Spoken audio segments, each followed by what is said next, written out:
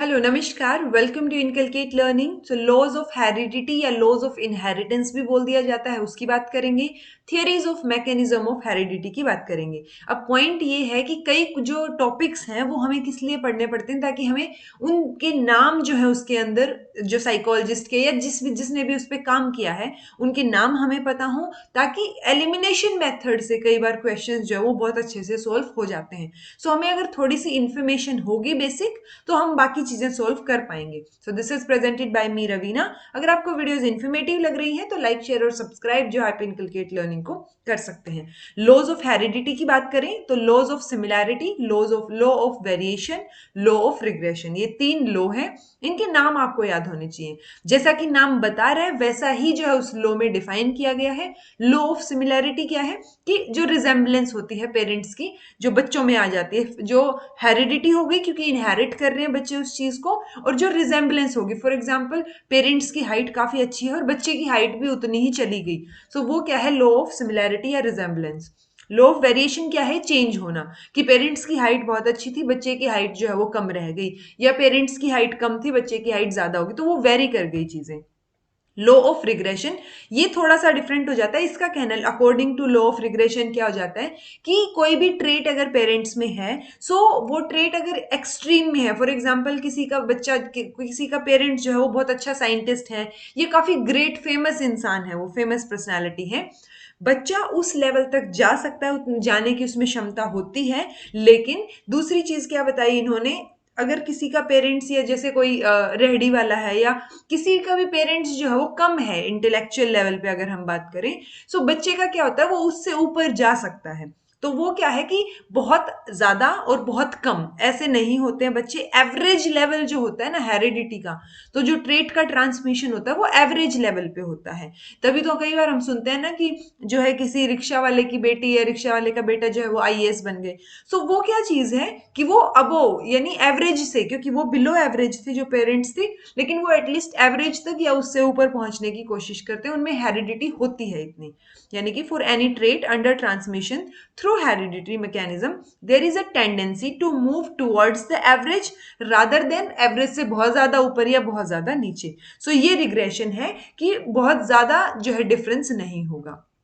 Theories of mechanism of heredity में अगर हम बात करें तो ये 5 थियरीज के नाम आपको पता होने चाहिए। सबसे पहली बात, theory of continuity of germ plasm, Galton की जो है बायोमेट्री थियरी, क्योंकि कई बार क्या होता है कि गाल्टन का नाम दे दिया इंटेलिजेंस की थियरी पूछ के, सो आपको एटलीस्ट पता होगा कि गाल्टन जो है वो मैंने कहीं भी इंटेलिजेंस में नहीं पढ़ा, मैंने हेरिडिटी में पढ़ा है। सो वो एलिमिनेशन से आप क्वेश्चन सोल्व कर पाएंगे। मेंडल की थियरी ऑफ हेरिडिटी, डार्विन की थियरी और लेम्मा की थियरी। अब इन थियरीज में है क्या क्या वो मैं एक बार ब्रीफ में आपको बता देती हूँ। Theory of continuity of germ plasm, देखिए ये किसने, वेस्टमैन ने जो है प्रोपेगेट की थी, और उन्होंने रैट्स के साथ एक्सपेरिमेंट किया था। उन्होंने क्या एक्सपेरिमेंट किया था, उन्होंने रैट लिया और उसकी क्या की, टेल जो है वो कट कर दी। सो जो नेक्स्ट जनरेशन आई उसमें टेल आई, उसमें ये नहीं था कि टेल उसने अगर इस रैट की टेल कट की थी तो नेक्स्ट जनरेशन जो हुई रैट की उसमें टेल हो ही ना। ऐसे ही उसने काफी सारी जनरेशन तक करके देखा। सो उसके अकॉर्डिंग वो किस बात पे पहुंचे कि बच्चा जो है वो इनहेरिट करता है ट्रेड्स को जो फर्स्ट एंसेस्टर के हैं, यानी जो शुरुआत में एंसेस्टर रहे होंगे उनके जो ट्रेड्स हैं वो करेंगे, ना कि एक्वायर करेंगे जो बीच में इंटरमीडिएटरी जनरेशन है। क्योंकि जिन जनरेशन की वो कट कर रहा था पूछ, तो उससे क्या हो रहा था, वो नेक्स्ट में तो ट्रांसफर हो नहीं रही थी, क्योंकि वो एक्वायर्ड ट्रेड्स थे। सो कोई भी ट्रांसमिशन नहीं होगा एक्वायर्ड ट्रेड्स का। इसी से related somatic cell, germ cell, दो सेल की बात करते हैं वो। सोमेटिक सेल से सोमेटिक स्ट्रक्चर्स बनेंगे, जर्म सेल से हेरिडिटरी होगी, यानी कि जो जर्म प्लाज्मा है या जो जर्म सेल्स हैं उनसे रिलेटेड जो जो चीजें होंगी वही क्या हो सकती हैं, इनहेरिट हो सकती हैं। सोमेटिक सेल से बने हुए सोमेटिक स्ट्रक्चर्स इनहेरिटेड नहीं होंगे। और एक्वायर्ड जो ट्रेट्स होंगे, फॉर एग्जाम्पल किसी के पेरेंट के जो है वो चिकन पॉक्स हो गया, और वो जो चिकन पॉक्स के निशान रह जाते हैं वो नेक्स्ट जनरेशन में ट्रांसफर नहीं होंगे, क्योंकि वो एक्वायर्ड ट्रेट्स हैं। कई बार होता है कि मतलब डिसेबल्ड पर्सन कोई हो, उसका क्या हो जाएगा, नेक्स्ट जनरेशन डिसेबल्ड हो ऐसा जरूरी नहीं है, वो नॉर्मल जनरेशन भी हो सकती है, होगी मोस्ट प्रोबेबली। तो वो क्या है, वो इनहेरिटेड ट्रेट्स जो है सिर्फ वो ट्रांसफर होंगे, ना कि इंटरमीडिएटरी। गाल्टन की बायोमेट्री थ्योरी क्या बोलती है कि सिर्फ इमीडिएट पेरेंट्स से ही नहीं, एंसेस्टर्स से भी क्या करते हैं, कंट्रीब्यूशन होता है हेरिडिटी में। फॉर एग्जांपल कई बार बोल देते हैं कि बच्चा जो है किसकी तरह बिहेव कर रहा है, अपने दादा दादी या नाना नानी, या इसकी जो है शक्ल या आंखें जो है वो नाना पे गई है दा, तो वो क्या है कि सिर्फ इमीडिएट पेरेंट्स की बजाय वो जो जितने भी एंसेस्टर्स हैं वो सभी कंट्रीब्यूट करते हैं, ऐसा गाल्टन की बायोमेट्री थ्योरी में बोला गया। वो कितना कंट्रीब्यूट करेंगे, वो क्या है कि जो इमीडिएट पेरेंट्स हैं उनका कंट्रीब्यूशन हाफ होगा टोटल का। मान लीजिए एक बच्चा है, सो वो क्या हो गया, 100 अगर मैं लेके चलूं तो 50-50 हो गया, यानी जो 50% है वो इमीडिएट जो पेरेंट्स हैं वो कंट्रीब्यूट करेंगे, बचे हुए 50 में से बाकी जो जनरेशंस बच गई। अब जो बचा हुआ 50 है उसमें हर स्टेज पे 50-50 कर लेंगे हम, ठीक है। ग्रैंड पेरेंट्स की बात करें तो 4 ग्रैंड पेरेंट्स हो गए, दादा दादी नाना नानी, सो वो क्या हो गया, वो जो बचा हुआ पोर्शन था उसका 1/4। ऐसे ही कंट्रीब्यूशन ऑफ ग्रैंड पेरेंट्स क्या रहेगा, 1/8, ग्रेट ग्रेट ग्रैंड पेरेंट्स 1/16। तो ओवरऑल अगर हम बात करें, अगर मैं इनको प्लस कर दूं तो 1 आ जाएगा, वही क्या है, टोटल इनहेरिटेंस है ऑर्गेनिज्म की। सो गाल्टन की थ्योरी जो बायोमेट्री थ्योरी है वो बोलती है कि इमीडिएट पेरेंट्स की बजाय सभी जनरेशंस जो है, एंसेस्ट्रल जनरेशंस, सभी की सभी उसके अंदर कंट्रीब्यूट करेंगी इनहेरिटेंस में। कितना कंट्रीब्यूट करेंगी वो आपको पता चल गया। मेंडल की थ्योरी, मेंडल ने जो है गार्डन पी पे एक्सपेरिमेंट किया है, काफी फेमस एक्सपेरिमेंट है, आपको पता ही होंगे। उन एक्सपेरिमेंट के बेसिस पे उन्होंने मैकेनिज्म बताया इनहेरिटेंस के, दो दो प्रिंसिपल्स बताए, principle of dominance and principle of segregation. Dominance यानी कि कोई ट्रेट डोमिनेट कर रहा है, सेग्रीगेशन यानी अलग अलग शो कर रहे हैं वो trait. So principle of domination में उन्होंने क्या बोला कि मान लो दो ट्रेट या दो कैरेक्टरिस्टिक्स हैं जो कि पेयर्ड हैं। जैसे उन्होंने क्या किया था, एक जो लार्ज जो टॉल जो है पी का प्लांट लिया था, एक स्मॉल लिया था, उनका हाइब्रिड करके फिर उन्होंने आगे फर्दर जनरेशन जो है वो बनाई थी।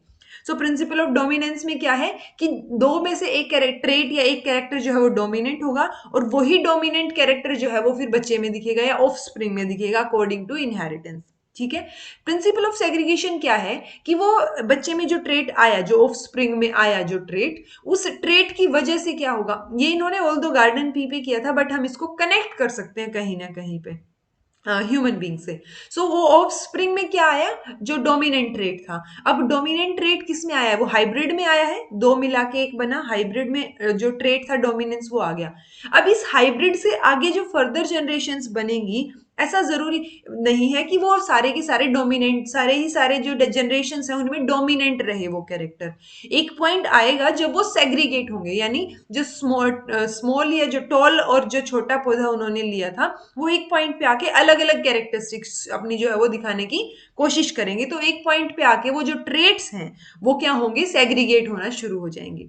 तो recessive traits lie dormant in offspring and there are chances of their coming on to picture no matter in a limited ratio as and when they got आएगा या they got opportunity for doing so. तो जहां पे भी opportunity मिलेगी कुछ generation के बाद, सो वो जो रिसेसिव ट्रेट है वो अपने आप को दिखाने की कोशिश करेगा। ये है प्रिंसिपल ऑफ सेग्रीगेशन। डार्विन की थियरी और लेमार्क की थियरी।